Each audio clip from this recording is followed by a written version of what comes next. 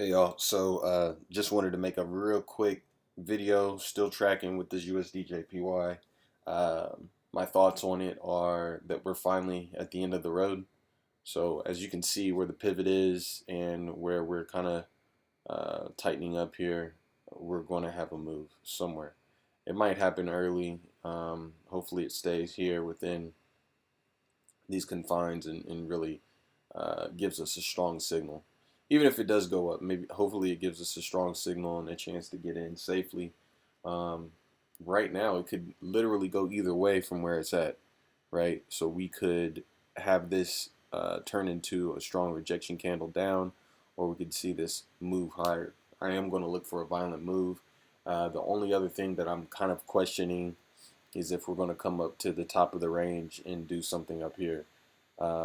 Maybe stagnate here or pause here to come back in, right? It might be a fake out situation where we ultimately drop down. I don't know. I don't know.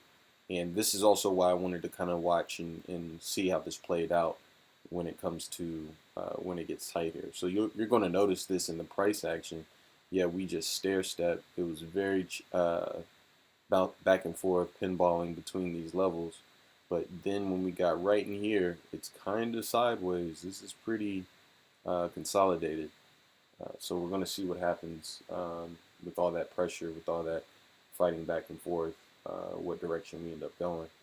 Looks like we got some major economic events. I don't trade on that stuff, but if you do, you might want to be paying attention. Um, I'll get there eventually to where this is going to factor into my decision making, but it's also coming at the very end of the chart pattern that we're tracking. So that could be super interesting. All right, guys.